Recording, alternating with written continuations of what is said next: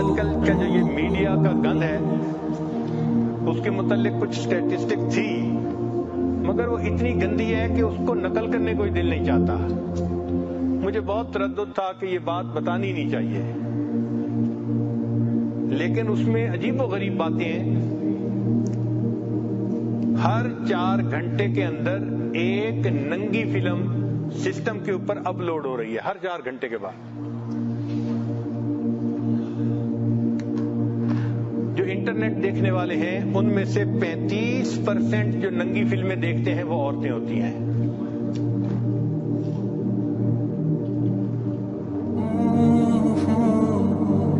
ہر روز جو ای میل لکھی جاتی ہیں ان میں سے 2.5 بلین ای میل جو ہوتی ہیں وہ سیکس سے متعلق ہوتی ہیں. 2.5 بلین ڈیلی ای میل وہ سیکس سے متعلق ہوتی ہیں.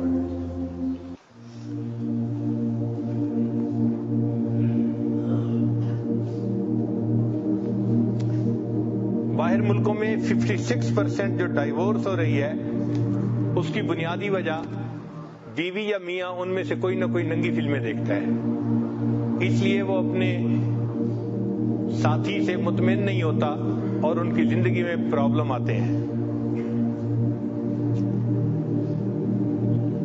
3 سٹیجز ہیں، یہ ذرا سمجھنے والی بات ہے کہ عام طور پہ ہر نوجوان سمجھتا ہے کہ یہ ننگی فلمیں بری چیز ہے، مگر اس کا عادی بنا دیا جاتا ہے، ایڈکشن اس کی ہو جاتی ہے. لوگ جیسے شراب کا نشہ ہوتا ہے، ننگی فلموں کا اسی طرح نشہ ہو جاتا ہے. اور اس کے 3 سٹیپس ہیں. پہلا سٹیپ ہے ڈی سینسٹائزیشن. ڈی سینسٹائزیشن کا مطلب یہ کہ جو بندہ ننگی فلمیں دیکھنے لگ جاتا ہے تو وہ پھر برے کو برا نہیں سمجھتا.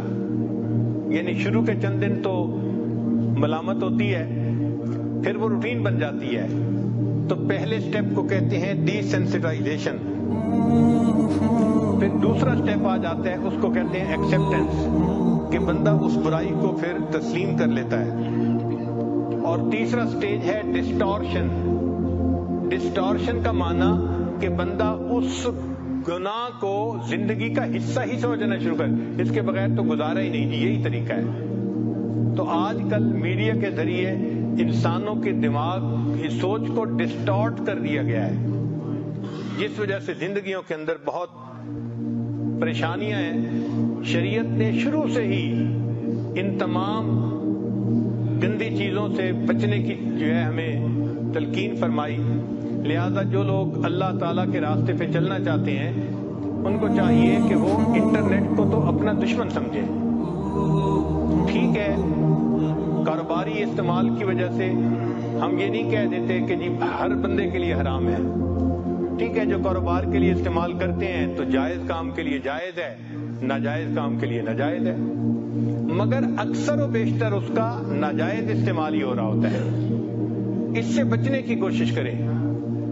اور فیس بک کے بارے میں تو جواز کا فتویٰ ہی نہیں ہو سکتا، چونکہ کسی نے مجھے یہ بتایا جو اس لائن کے لوگ ہیں کہ فیس بک پہ جو بندہ جاتا ہے پورے 5 منٹ کے اندر کوئی نہ کوئی غیر محرم لڑکی اس کے سکرین پہ آ جاتی ہے. تو اگر 5 منٹ کے اندر اس نے غیر محرم لڑکی کو دیکھنا ہے تو اس کا کھولنے کا جواز ہی نہیں دیا جا سکتا. تو فیس بک پہ تو جانا ہی حرام ہے، یوں سمجھ لیں. جو اللہ کا قرب حاصل کرنے والے لوگ ہیں وہ اس میڈیا کے گند سے اپنے آپ کو بچائیں. اور ہو سکتا ہے کہ اسی گند کی وجہ سے ان کی ترقی نہ ہو رہی ہو. وہ بڑھنا چاہتے ہیں مگر ان کے پاؤں بندھے ہوئے ہیں. اللہ تعالیٰ اس گرفتاری سے ہماری جان چھڑائے. اور پھر اس کا فائنل نتیجہ لکھا ہوا ہے کہ طلاقیں ہو جاتی ہیں اور بندے ڈائیورس ہونے کے بعد ڈپریشن ہو جاتی ہے، اور ڈپریشن کے بعد اس کا انجام کہ وہ لوگ خودکشی کرتے ہیں. جن لوگوں کو ایسی فلمیں یا ایسی چیزیں دیکھنے کی عادت ہو ان کے لیے بھی چند نصیحتیں ہیں، وہ ذرا سن لیجئے. یہ کام کی باتیں ہیں کہ وہ بندہ اپنی ول پاور کو بڑھائے. سب سے پہلا کام ڈٹرمنیشن پاور، ول پاور. چونکہ ول پاور مضبوط ہوگی تو انسان انٹرنیٹ پہ تو کام کرے گا مگر گندی ویب سائٹ پہ نہیں جائے گا، اور اگر ول پاور کمزور ہوگی تو پھر خود بخود اس طرف کھنچ جائے گا۔ تو ول پاور کو مضبوط کریں ذکر کی کثرت کے ذریعے سے، اور جن لوگوں کو اللہ نے مضبوط قوت ارادی دی ہے ان اللہ والوں کی صحبت میں بیٹھنے سے اپنی قوت ارادی کو مضبوط کریں۔ پھر جو لوگ ایکسرسائز کرتے ہیں ان کی بھی ول پاور مضبوط ہو جاتی ہے۔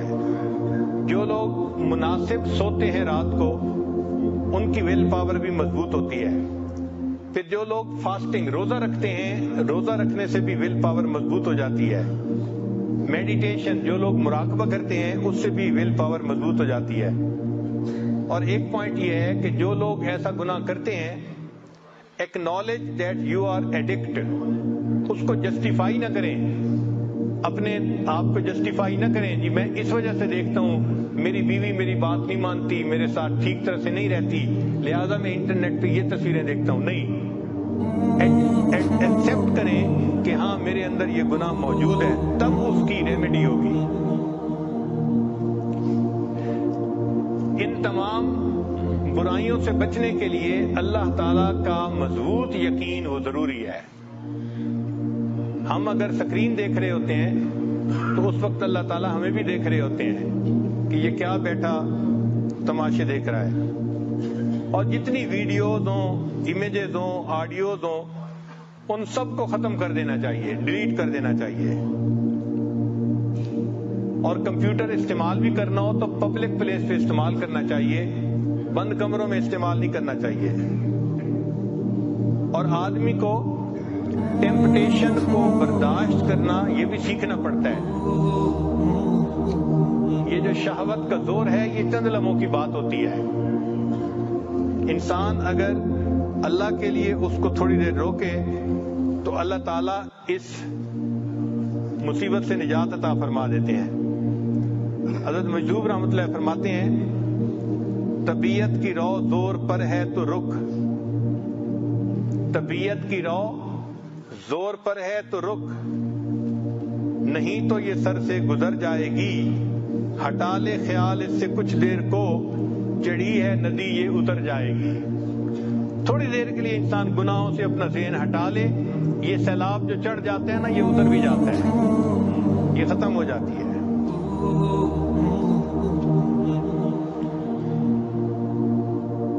فرماتے ہیں کر نفس کا مقابلہ ہاں بار بار تو، 100 مرتبہ بھی ہار کے ہمت نہ ہار تو،